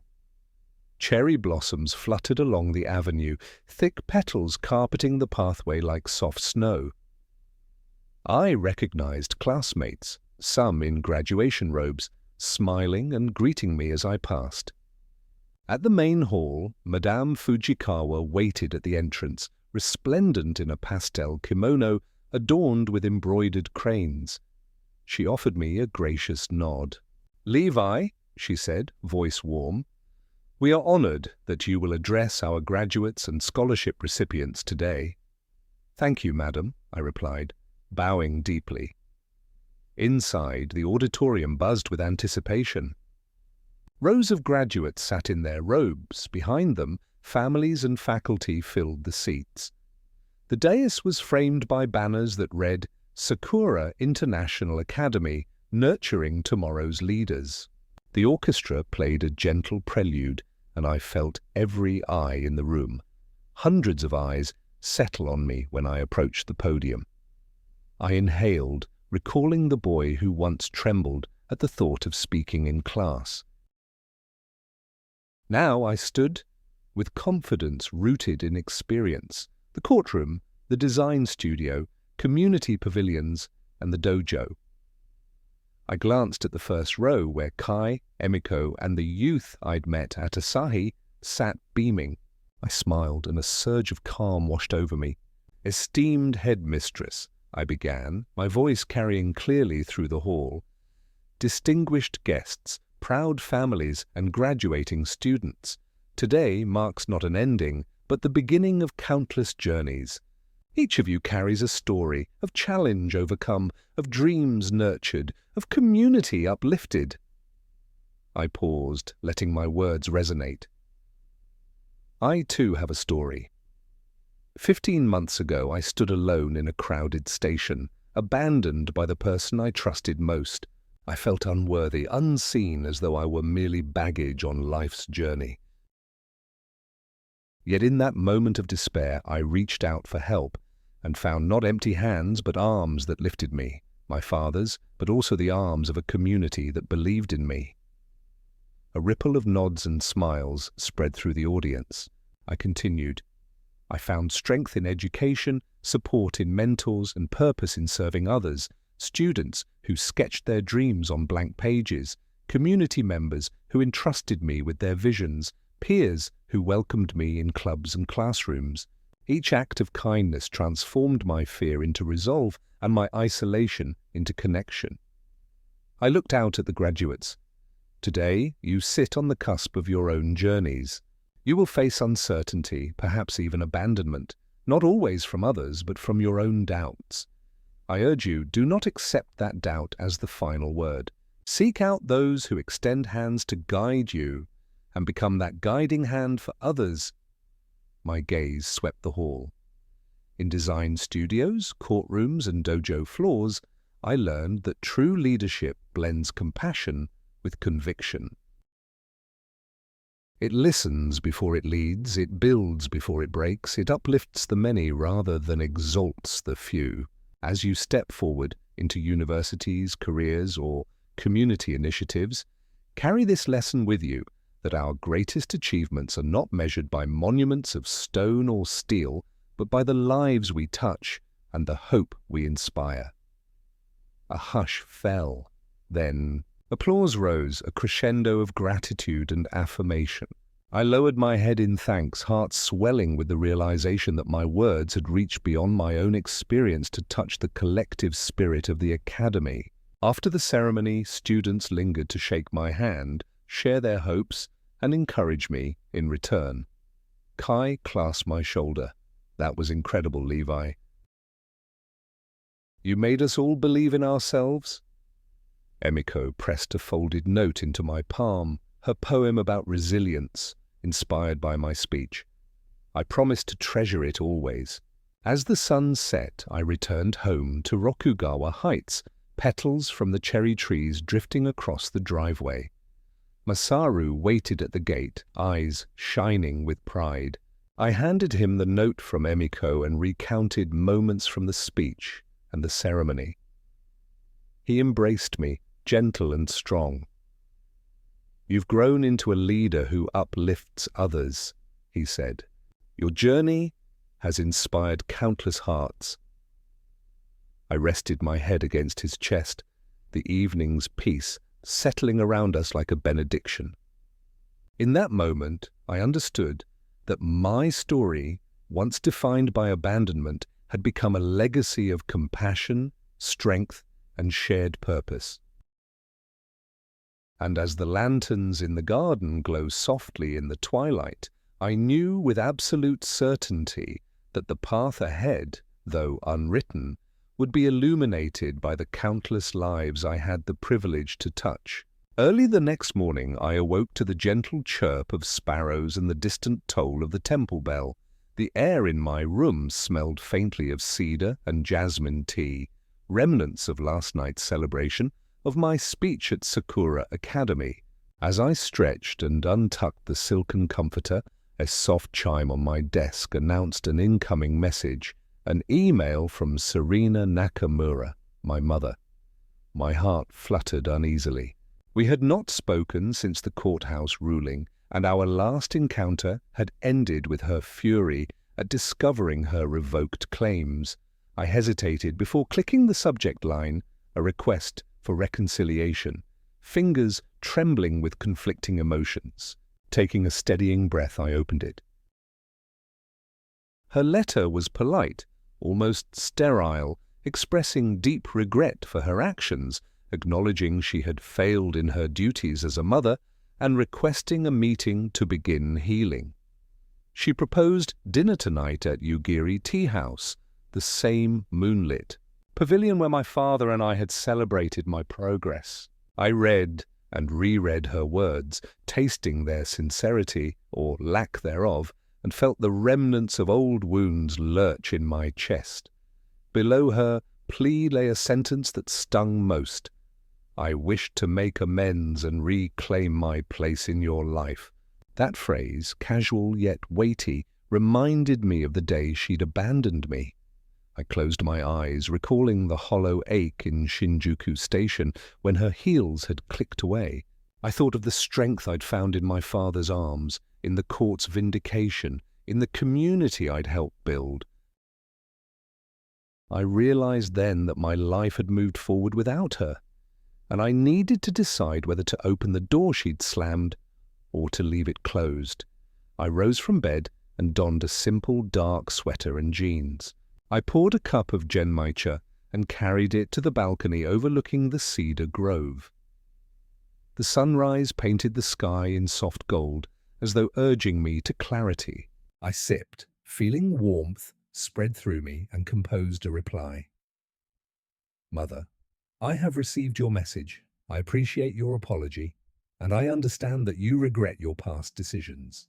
However, my life has continued forward, rooted in love, respect, and hard-earned trust.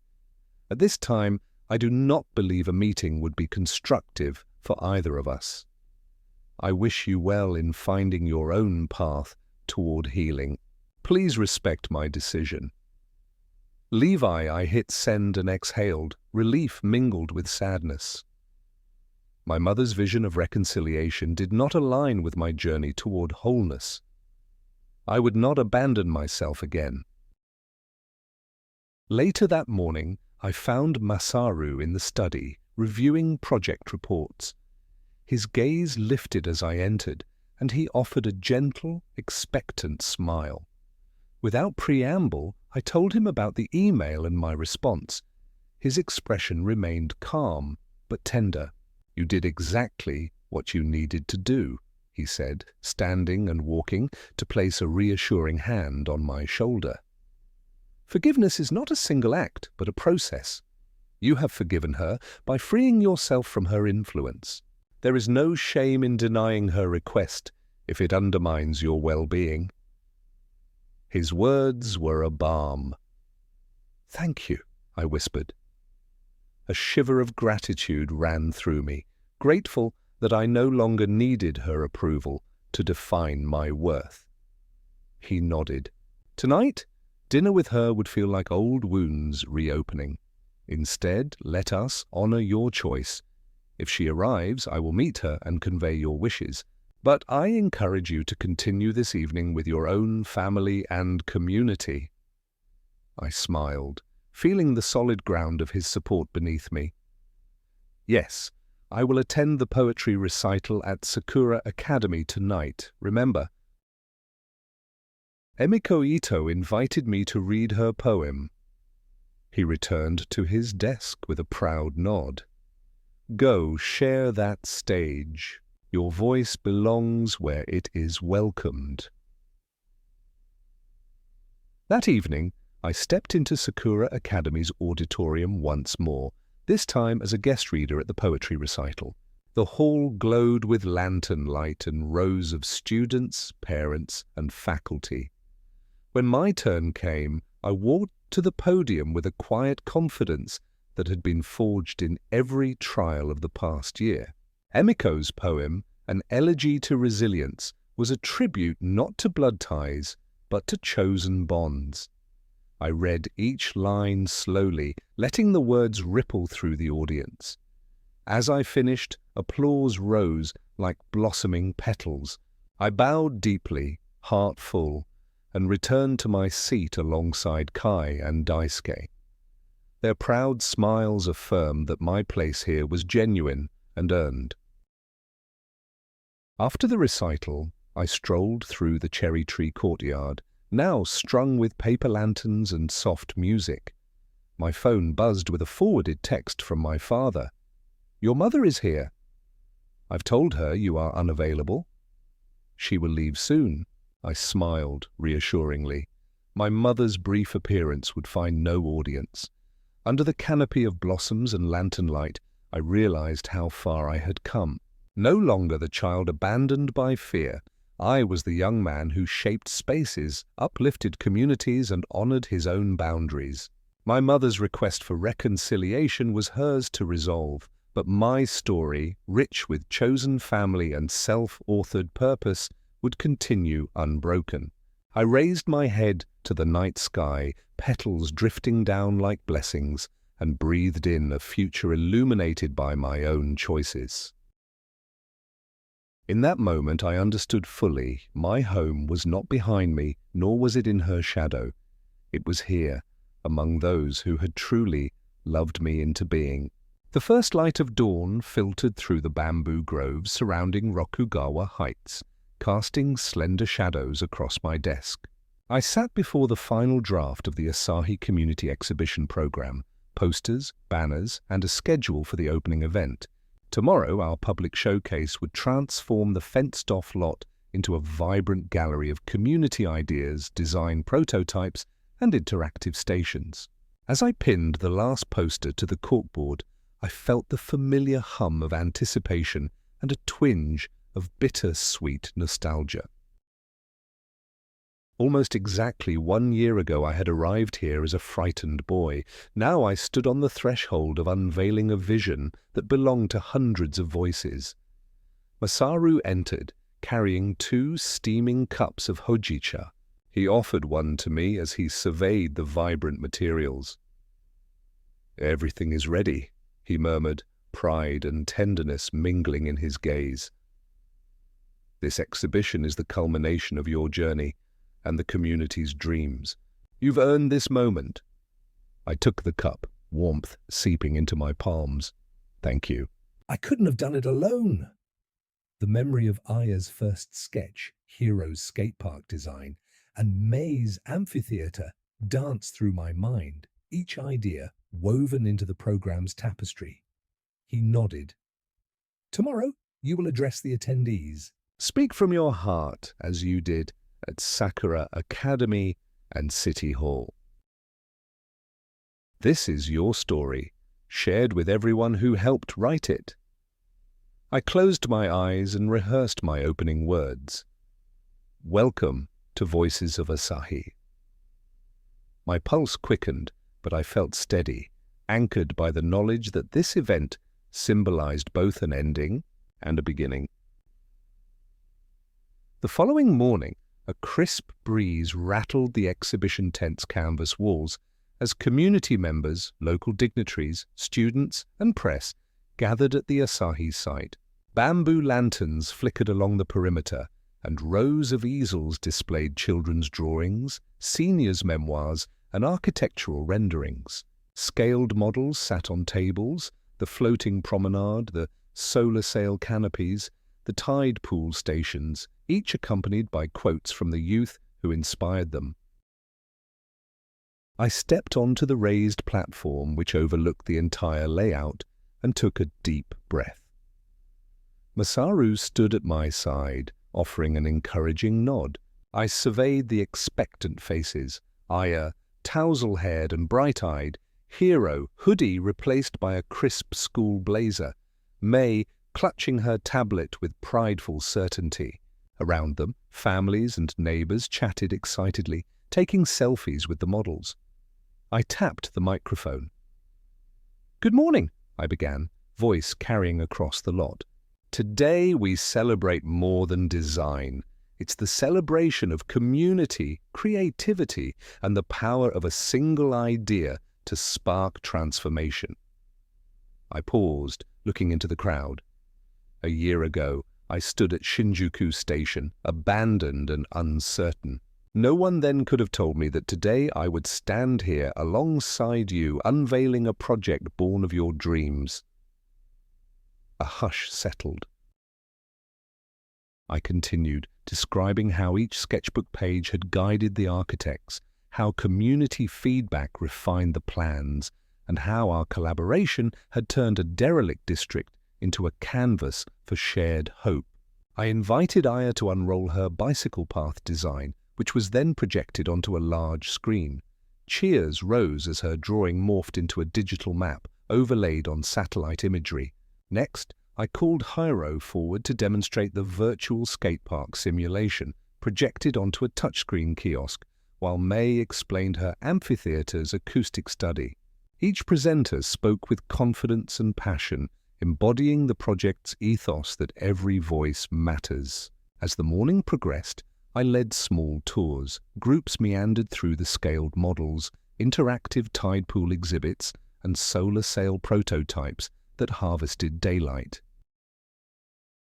I guided them through the community art pavilion, where lanterns inscribed with conservation pledges drifted across a mirror-like pool, echoing the Lantern Festival vision Emiko Ito had suggested.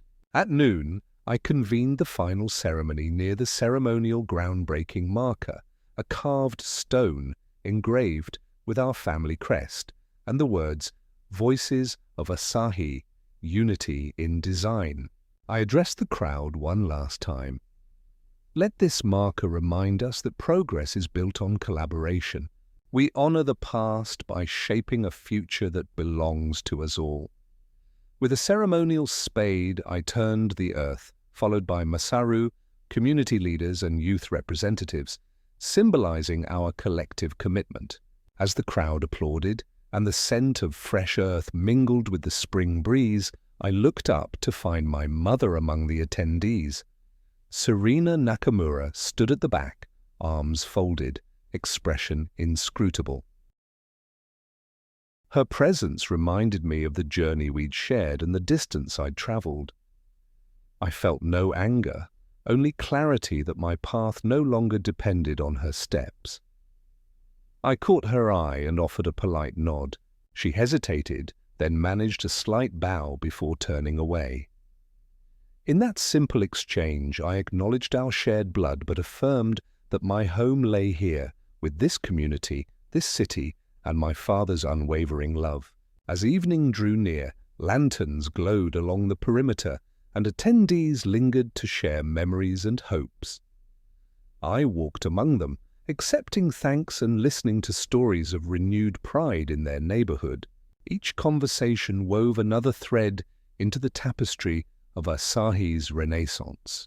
When the last visitor departed and the site lay quiet under a lavender sky, I lingered beside the ceremonial marker. Masaru joined me, his silhouette outlined against the softly lit models. "You did it, Levi," he said quietly. "You turned abandonment into belonging, fear into action." I could not be more proud. I placed a hand on the marker, feeling the cool stone beneath my fingers. "We did it, Father. All of us." My gaze rose to the darkening horizon, dotted with lantern lights mirroring distant stars. "Thank you for believing in me from the moment you found me to this day." He placed his arm around my shoulders, and together we surveyed the transformed site, a living testament to community, creativity, and the enduring legacy of a father's love. In that moment, I understood fully that home is not a single place or person, but the countless hearts that shape us, the shared dreams that guide us, and the unbreakable spirit that carries us forward, always together, always free.